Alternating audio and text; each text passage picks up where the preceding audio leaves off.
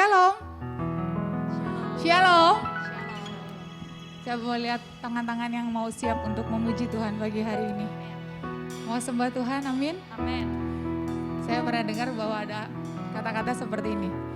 Kalau kamu penuh dengan sukacita, maka yang keluar adalah sukacita. Kalau kamu penuh dengan ucapan syukur, yang keluar adalah ucapan syukur. Kalau kamu penuh dengan sungut-sungut, maka yang keluar adalah sungut-sungut. Biar pagi hari ini setiap kita penuh dengan sukacita, amin. Amin. Penuh dengan ucapan syukur. Agar apa yang kita lakukan pagi hari ini, itu yang keluar dari hati kita, amin.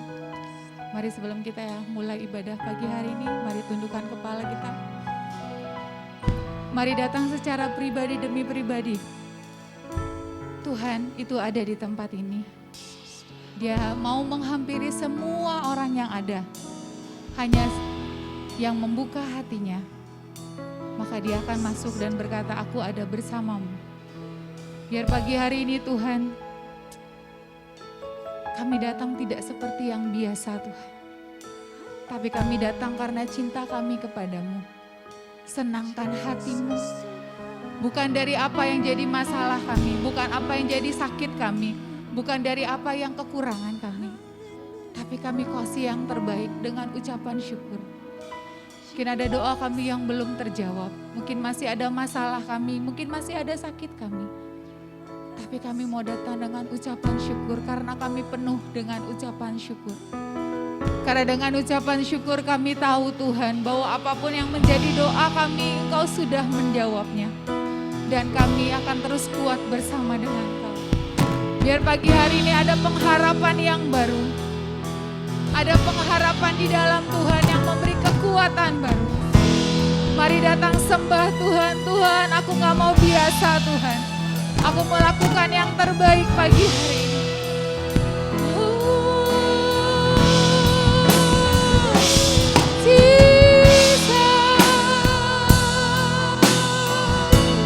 Penuhkanku dengan ucapan syukur. Haleluya. Yesus, kami sembah, kami tinggikan, kami agungkan, kami muliakan Tuhan. Haleluya, Yesus.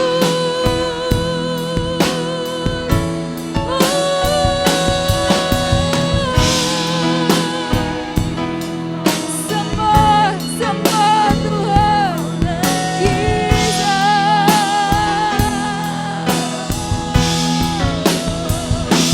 biar mulut kami penuh dengan pujian kepadamu Tuhan. Sepanjang hari ini kami sembah Tuhan, kami muliakan Engkau, Jesus. Mulutku penuh dengan pujian kepadamu ya Yesus Tuhan. Sepanjang hari ku beri penghormatan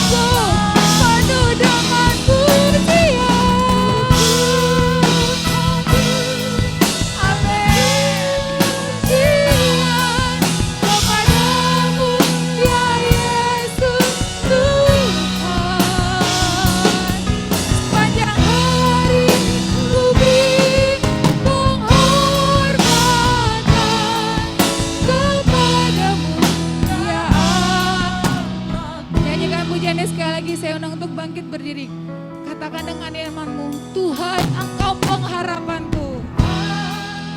Kaulah pengharapanku.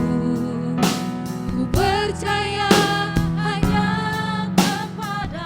Amin, amin. Ini seruan kami Tuhan. Yesus Allah, Jesus, perlindunganku. Engkau yang yes, mulutku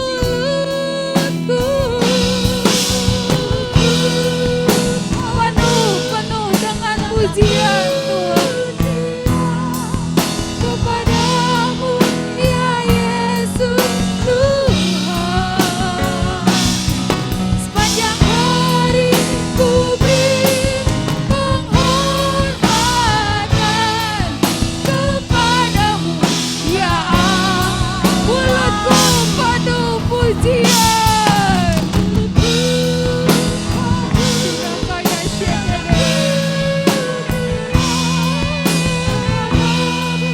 Ya Yesus Tuhan. Sepanjang hari ku beri penghormatan. Sekali lagi katakan dengan iman. Mulutku penuh dengan pujian. Biar mulut kami keluar puji-pujian Tuhan. Karena kami penuh dengan pujian kepadamu ya Allahku.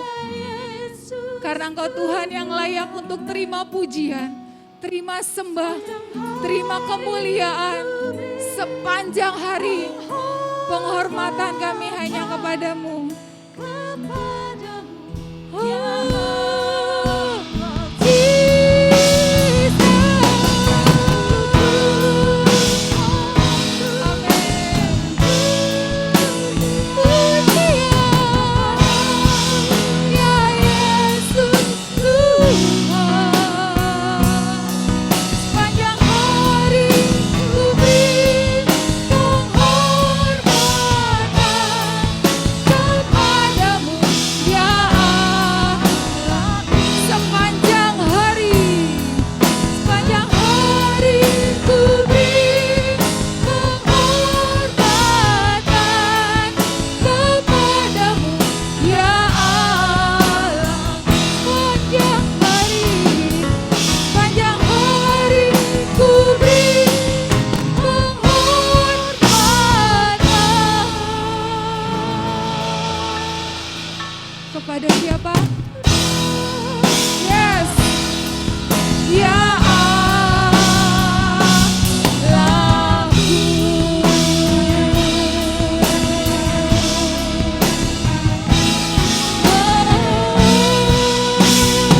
Bisa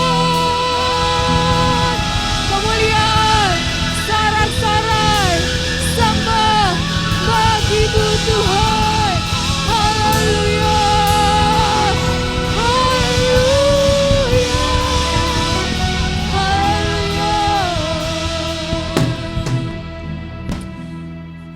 Engkau yang sudah mati Tuhan di kayu salib, tapi Engkau mengalahkan maut. Engkau berkata Tuhan bahwa tidak pernah sekalipun Engkau meninggalkan kami. Karena pengharapan kami hanya di dalam Yesus. Dan pengharapan kami tidak akan sia-sia. Pagi hari ini kami tahu Tuhan, kami punya Tuhan yang hebat. Tuhan yang luar biasa. Kau saja mampu mengalahkan maut. Bahkan masalah kami sebesar apapun. Kalau Engkau bersama kami lebih daripada pemenang. Mari Tuhan Engkau yang pimpin pagi hari ini. Yang sakit Engkau sudah disembuhkan. Mari yang berbeban berat Engkau tahu Engkau punya Tuhan yang hebat yang akan menolong hidupmu. Dan setiap kami yang sudah jauh dari pengharapan, biar pagi hari ini ingatkan kami masih punya Tuhan yang hebat. Yang akan memberikan terus pengharapan-pengharapan yang baru. Dan pengharapan di dalam Tuhan tidak akan mengecewakan. Terima kasih Tuhan, ambil alih ibadah pagi hari ini. Dari awal, pertengahan hingga akhirnya. Semua hanya bagi hormat. Kemuliaan bagi nama Tuhan. Dalam nama Yesus kami berdoa dan mengucap syukur. Mari yang percaya katakan amin. Amin. Beri kemuliaan buat Tuhan. Haleluya. Boleh lihat kiri kanannya, tadi mungkin belum lihat. Kelihatan kok walaupun pakai masker ada senyum. Boleh kasih tos juga, tosnya pakai apa? Fisbam ya. Oke, kita mau bilang pengharapanku hanya di dalam Yesus Tuhan. Amin. Engkau yang percaya ada pengharapan dalam Tuhan, nyanyikan pujian ini. Yes. Bang. Hanya dalam yes, yes. Yang mati atas kebenaran. Dia pengharapan jiwaku yang sungguh. Yesus, dia harapan pengharapanku.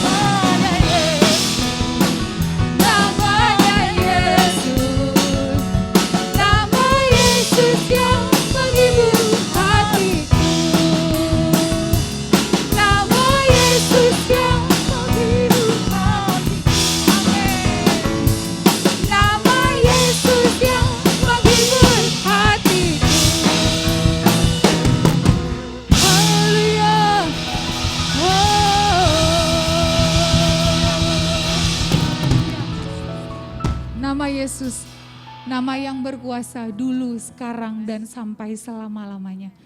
Nama Yesus yang menghibur hati kami. Nama Yesus yang menyembuhkan. Nama Yesus yang memberi kekuatan. Nama Yesus yang memberi pengharapan. Tuhan, terima kasih biar dalam keadaan apapun, mengiringmu adalah yang utama Tuhan. Karena Tuhan sudah terlebih dahulu setia kepada kami. Layaklah Engkau terima pujian, kemuliaan, dan kesetiaan kami Tuhan.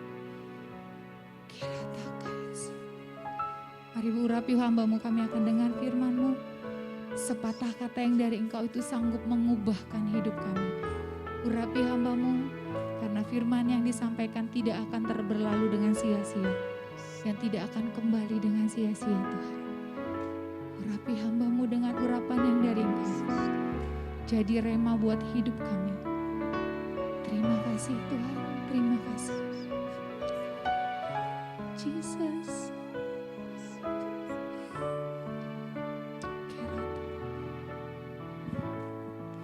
Mengiringmu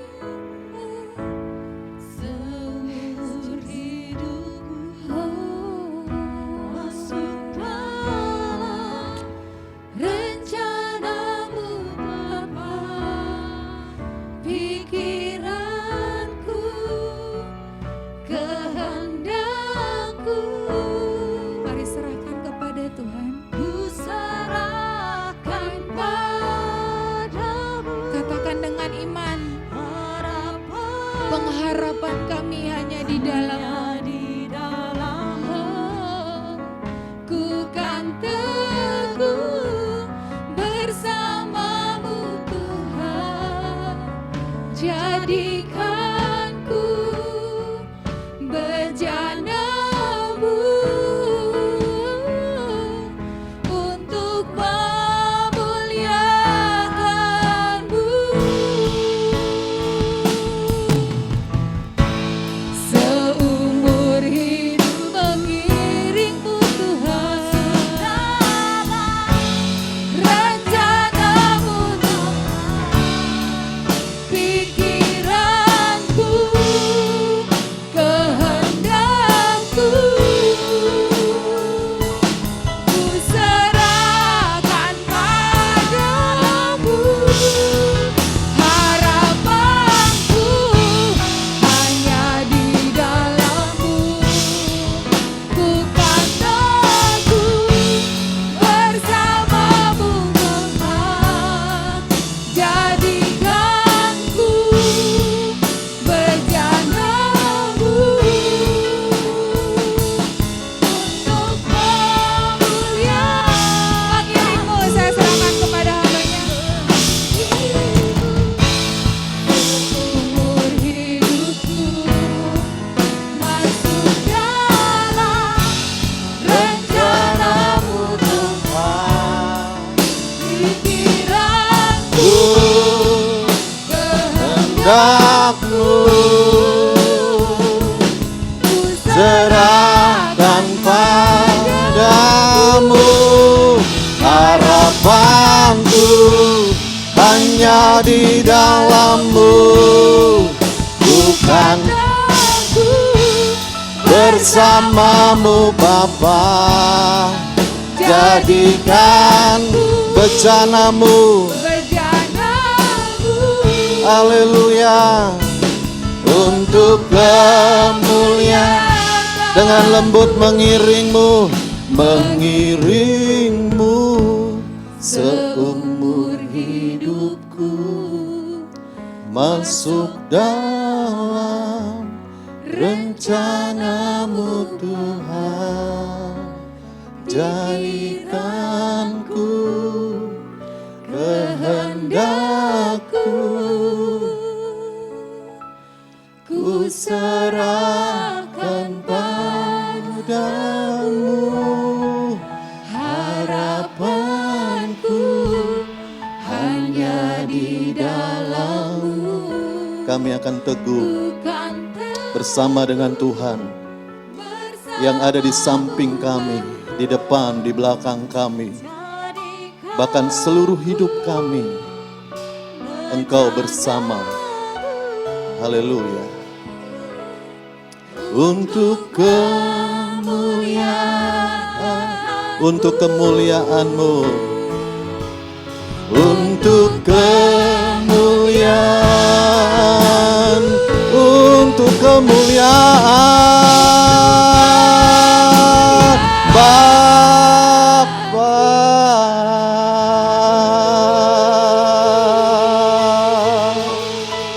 Syukur Tuhan, rinduan kami Tuhan mengiring-Mu, mengiring-Mu Tuhan, sampai akhir hidup kami ada bersama Engkau. Haleluya. Segala hormat bagi-Mu, segala pujian, syukur, hormat, keagungan bagi kerajaan Bapa. Kau yang layak disembah selama-lamanya. Hatiku, jiwaku bagi-Mu Tuhan. Kami mengangkat tangan dan membuka hati, tersungkur memanggil dan berseru kepadamu. Engkau ada bersama umat-Mu. Yang lemah Kau kuatkan, yang susah Kau hiburkan, yang sakit Kau sembuhkan dengan bilur-bilur-Mu yang ajaib dan heran, yang tak berubah kuasa kasih-Nya. Haleluya. Bapa, terpujilah nama-Mu kekal selama-lamanya Tuhan. Kami percaya Engkau ada di tengah-tengah kami, mengerjakan bagian rancangan-Mu yang terbaik bagi kami Tuhan. Pribadi lepas pribadi Kau melawat, Kau menjamah, Engkau meneguhkan kami Tuhan dengan cara-Mu yang hebat. Mengiring-Mu, kerinduan hati kami mengiring-Mu selama-lamanya, memenuhi panggilan Allah yang mulia, yang agung, yang ajaib Tuhan. Haleluya Bapa. Syukur, syukur bagi-Mu, syukur bagi-Mu, sempurna kasih-Mu Tuhan. Ambil alih pemberitaan firman-Mu, agar firman itu datang meneguhkan kami, memberkati kami, membawa kami tenggelam dalam hadirat-Mu. Terima kasih Tuhan. Syukur. Kami percaya ibadah kami tidak sia-sia, sebab Tuhan ada bersama dengan kami. Di mana ada Roh Allah, di situ ada kemerdekaan. Di mana ada Roh Allah, di situ ada mujizat terjadi. Di mana ada Roh Allah, di situ ada tanda-tanda heran menyertai. Dan kami percaya Tuhan, Engkau menyiapkan berkat yang sempurna bagi umat-Mu. Ketika kami duduk diam mendengar firman-Mu, kami sedang menyambut mana rohani dalam hidup kami. Sehingga yang lapar dipuaskan, yang haus disegarkan lewat kebenaran firman-Mu. Urapan-Mu turun atas setiap kami, khusus bagi hamba-Mu, hikmat ilahi mengalir, sehingga apa yang disampaikan datang dari kerajaan-Mu. Kehendak-Mu dinyatakan dalam kebenaran firman-Mu, sehingga sama-sama kami diberkati, dikuatkan, diteguhkan, diterangi, dibimbing kami untuk hari lepas hari lebih dekat bersama dengan Tuhan, pulang dengan berkat jasmani dan rohani menyertai langkah kami, tiba di rumah kemenangan, ada bersama kami. Dalam nama Yesus kami berdoa. Haleluya. Yang percaya sama-sama katakan. Amin. Puji Tuhan. Shalom Bapak Ibu. Silakan duduk, Tuhan memberkati. Kembali saya diberi kesempatan untuk membawakan kebenaran firman. Tema kita hari ini adalah berkat dan tantangan dalam panggilannya. Kejadian 12 ayat 1 sampai dengan ayat keempat. Berkat dan tantangan dalam panggilannya. Kejadian 12 ayat 1 sampai dengan ayat keempat. Saya akan bacakan bagi Bapak Ibu yang diberkati Tuhan. Abram dipanggil Allah. Berfirmanlah Tuhan kepada Abram, pergilah dari negerimu dan dari sanak saudaramu dan dari rumah bapamu ini ke negeri yang akan kutunjukkan kepadamu. Aku akan membuat engkau menjadi bangsa yang besar dan memberkati engkau serta membuat namamu masyhur dan engkau akan menjadi berkat. Aku akan memberkati orang-orang yang memberkati engkau dan mengutuk orang-orang yang mengutuk engkau. Dan olehmu semua kaum di muka bumi akan mendapat berkat. Ayat keempat, lalu pergilah Abraham seperti yang difirmankan Tuhan kepadanya, dan Lot pun ikut bersama-sama dengan dia. Abraham berumur 75 tahun ketika ia berangkat dari Haran. Puji Tuhan. Bapak Ibu yang diberkati oleh Tuhan, setiap panggilan Tuhan yang turun dalam kehidupan kita, yang terjadi dalam kehidupan kita, maka kita akan menghadapi dua hal ini, yaitu berkat dan tantangannya. Kenapa Tuhan berikan berkat dan tantangannya? Supaya waktu kita menjalani panggilan Tuhan dalam hidup kita, kita memang benar-benar belajar mengandalkan Tuhan dalam kehidupan kita. Karena tanpa adanya Tuhan menyertai kehidupan kita, kita kemungkinan besar bisa gagal untuk menjalani panggilan Tuhan sampai akhir kehidupan kita. Kadang-kadang secara tidak sadar berkat bisa membutakan kehidupan seseorang. Kadang-kadang tantangan juga bisa membuat orang menjadi berbalik arah, yang tadinya setia kepada Tuhan menjadi tidak setia. Yang tadinya sungguh-sungguh mengiring Tuhan, sungguh-sungguh berdoa kepada Tuhan, sungguh-sungguh ibadah, menyerahkan hidupnya ke dalam tangan Tuhan. Tapi ketika tantangan datang dalam hidupnya, silih berganti, tidak pernah berhenti. Satu belum selesai, datang lagi satu, bahkan datang lagi dua dan tiga dalam hidupnya. Sehingga orang itu menjadi lemah. Kita perlu Tuhan Bapak Ibu. Waktu kita menjalani panggilan Tuhan, kita perlu Tuhan secara mutlak. Kita nggak bisa tawar-tawar lagi. Kita nggak bisa berkata, Tuhan aku nggak membutuhkan engkau. Aku sanggup menjalani panggilan Tuhan tanpa kuasa Tuhan menyertai aku. Aku sanggup menjalani panggilan Tuhan tanpa Tuhan menuntun aku. Kalau tanpa Tuhan saya percaya kita akan gagal menjalani panggilan Tuhan. Tentu panggilan Tuhan ini ada berkat dan tantangan supaya apa? Selain kita mengandalkan Tuhan, supaya setiap orang yang dipanggil oleh Tuhan menjadi dewasa di dalam Tuhan. Ketemu berkat tidak mengubah hidupnya menjadi lebih buruk tapi menjadi lebih baik. Ketemu tantangan tidak mengubah hidupnya menjadi jauh dari hadapan Tuhan, tetapi menjadi lebih dekat di hadapan Tuhan. Kalau kita membaca ayat 1 sampai dengan ayat keempat, Kejadian 12 yang kita baca tadi, memang ada banyak tantangan ya yang dihadapi oleh Abraham waktu dipanggil oleh Tuhan. Kalau kita lihat kondisi Abraham secara finansial, secara sosial, maka tidak ada masalah di sana ya. Secara finansial Abraham diberkati dengan luar biasa. Secara sosial Abraham juga punya hubungan yang baik dengan sanak saudaranya.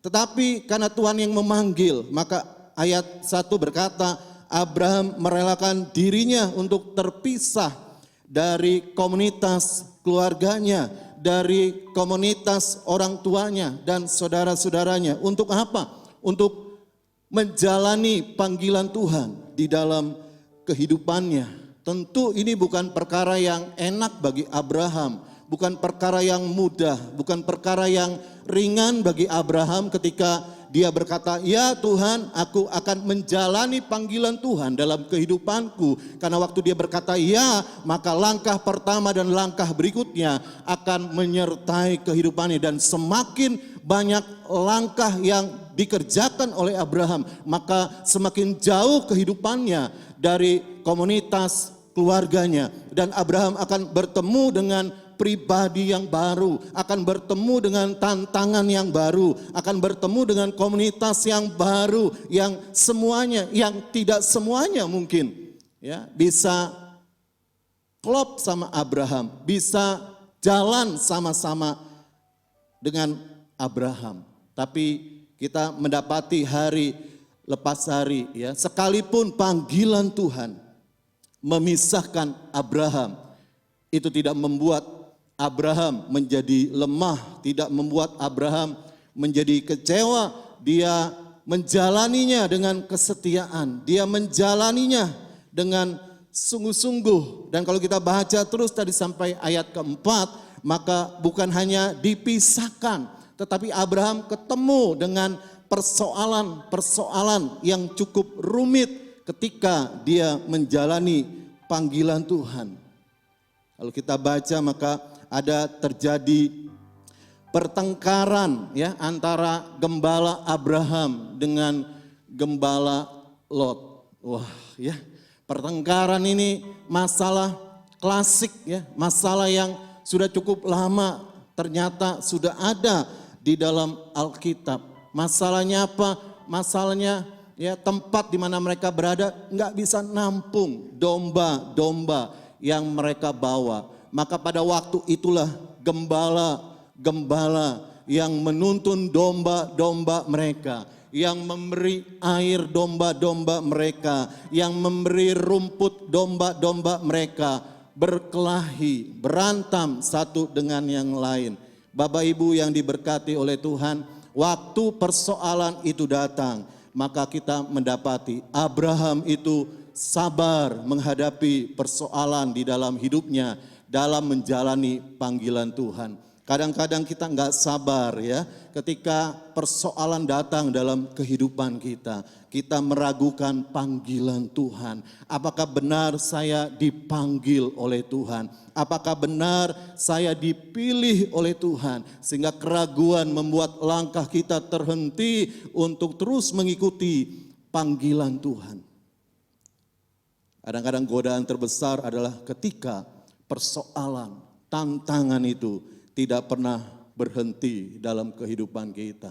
Tapi Abraham ketika mendapati pertengkaran antara gembalanya dengan gembala Lot, maka dengan sabar Abraham dapat melihat dengan utuh persoalan yang terjadi dan dapat mengambil keputusan untuk apa?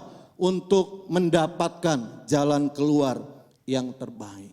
Abraham memberikan pilihan pertama kepada Lot untuk memilih bagian mana yang mau dipilih oleh Lot. Dan ketika Lot sudah memilih, maka Abrahamlah yang terakhir untuk memilihnya. Tentu ini tidak mudah Bapak Ibu ya, tidak mudah.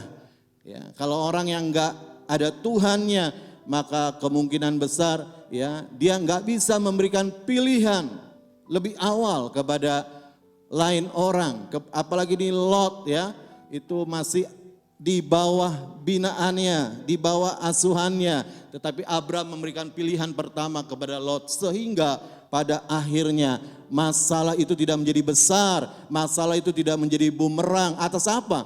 Atas perjalanan panggilan Tuhan dalam kehidupan Abraham. Masalah itu dapat diselesaikan dan mereka kembali dapat bersama-sama bergandengan tangan melanjutkan panggilan Tuhan dalam kehidupan mereka. Tidak berhenti sampai di sana Bapak Ibu ya.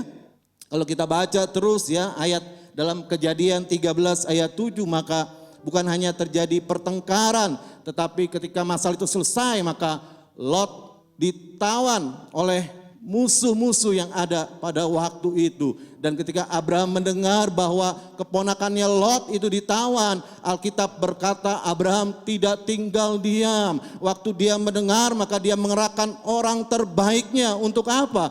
Untuk siap berperang dan menyelamatkan Lot.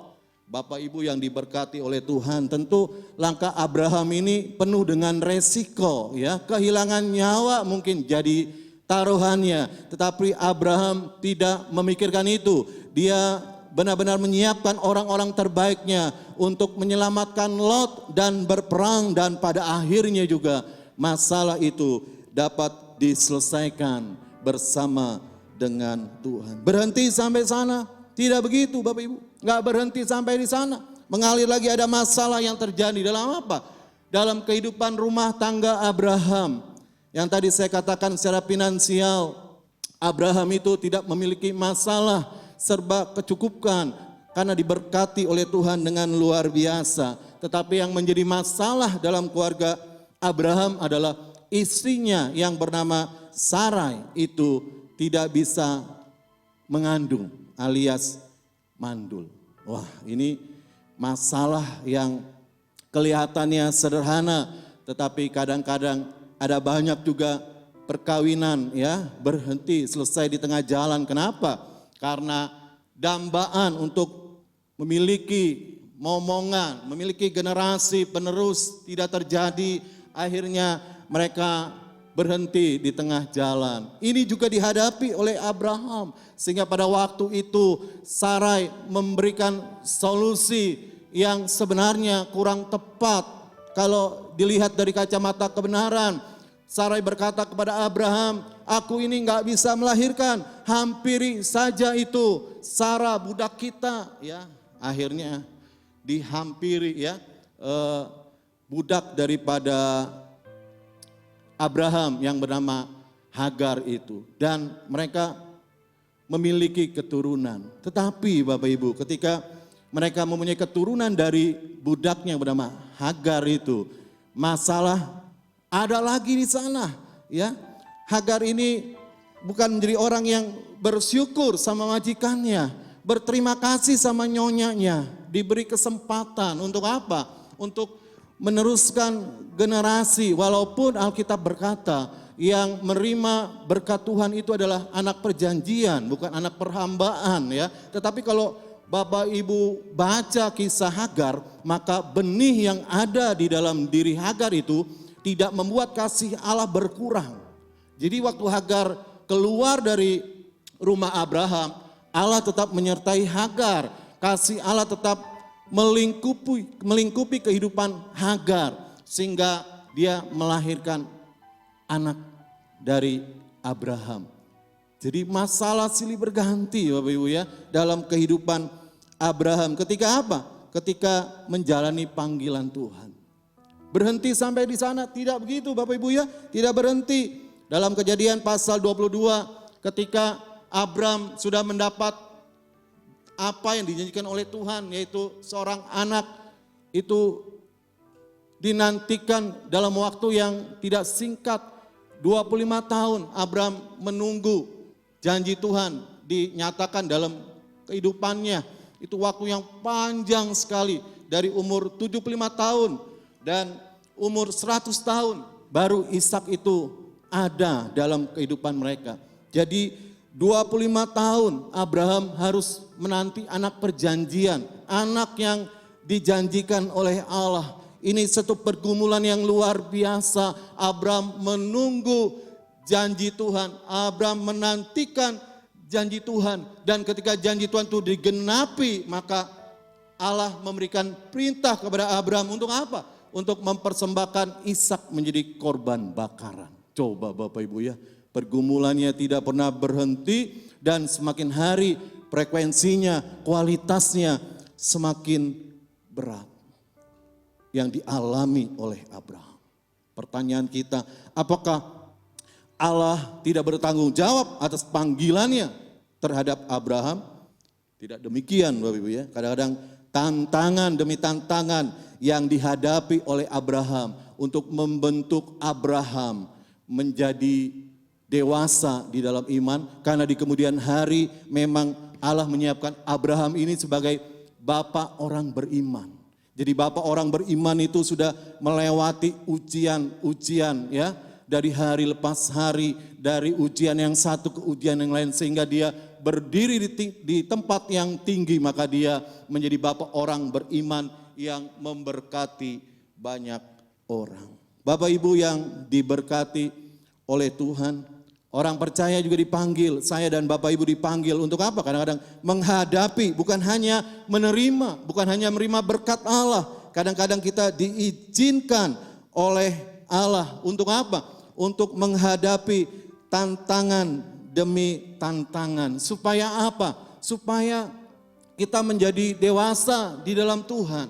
Bukan hanya menerima berkat, tapi kita menghadapi tantangan bersama dengan Tuhan. Jadi orang percaya yang tidak mudah mundur, tidak mudah lemah, tidak mudah kecewa ya. Tantangan boleh ada dalam hidup kita, tapi kita percaya Allah juga ada bersama dengan tantangan yang kita hadapi. Dan kalau Allah ada bersama dengan tantangan yang kita hadapi, Alkitab berkata 1000 boleh rebah di kanan, 10.000 boleh rebah di kiri, tapi itu tidak akan menimpa kita. Sekalipun menimpa kita, Allah akan memberikan kekuatan untuk kita menanggungnya dan kita berjalan terus ke depan bersama dengan Tuhan sambil melihat karya dan kebaikan Tuhan yang tidak pernah berkurang-kurang dalam hidup kita, yang membuat hati kita limpah dengan syukur, yang membuat jiwa kita limpah dengan memuliakan nama Tuhan tanpa orang menyuruh kita memuji Dia, bersyukur. Maka dari hati kita yang paling dalam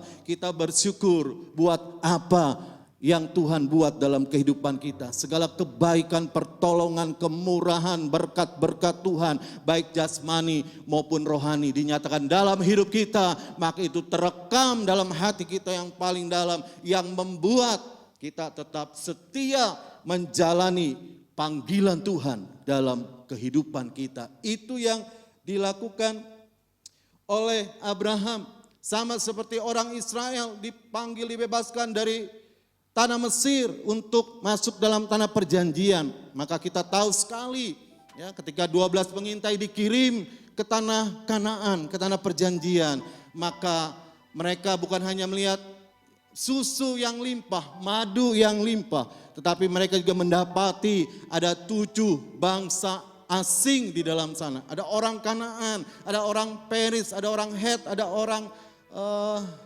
suku asing di sana yang mereka berkata orangnya besar-besar seperti raksasa. Selain ada berkat susu dan madu, maka mereka juga menghadapi orang-orang yang mungkin akan menghambat mereka, yang akan menghadang mereka, yang akan merintangi mereka.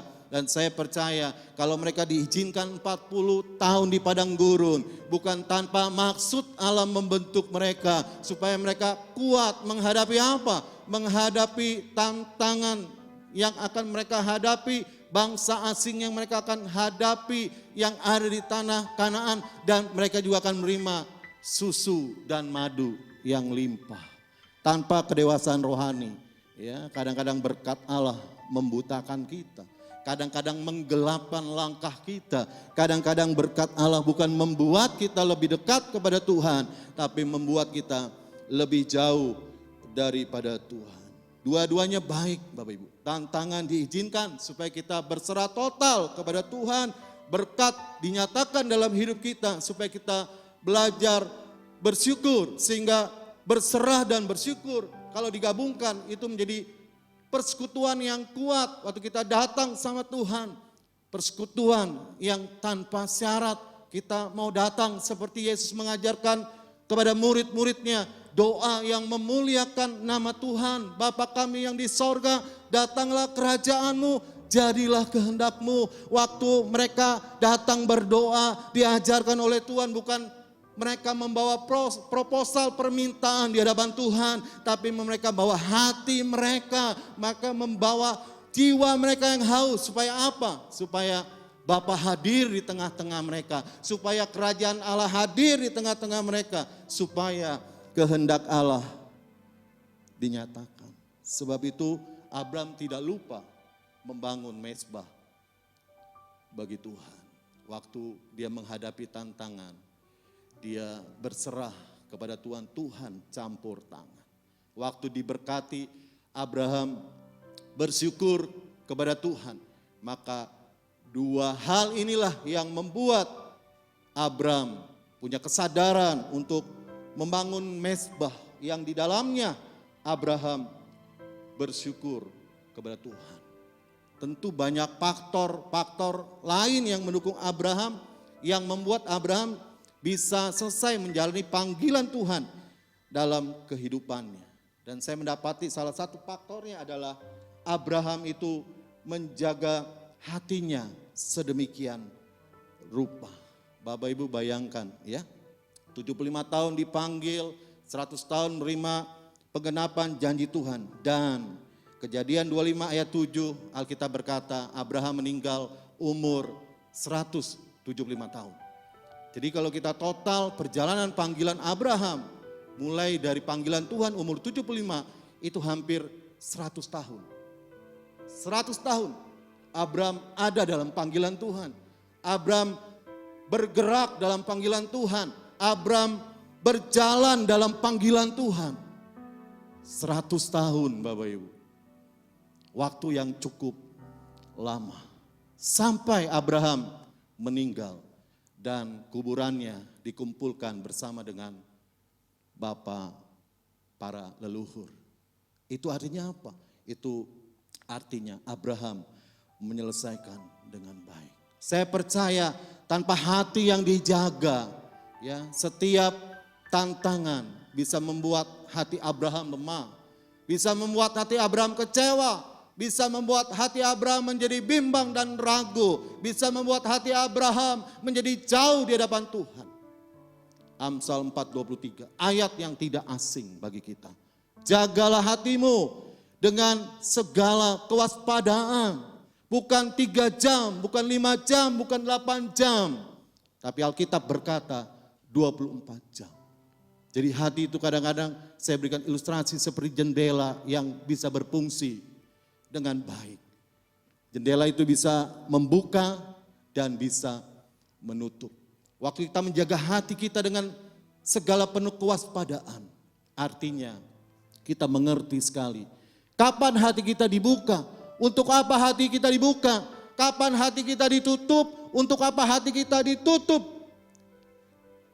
Karena waktu kita hidup menjalani panggilan Tuhan, bukan hanya yang baik bisa mendarat dalam hati kita, tapi juga yang tidak baik. Bukan hanya yang berguna turun dalam hati kita, tetapi juga yang tidak berguna.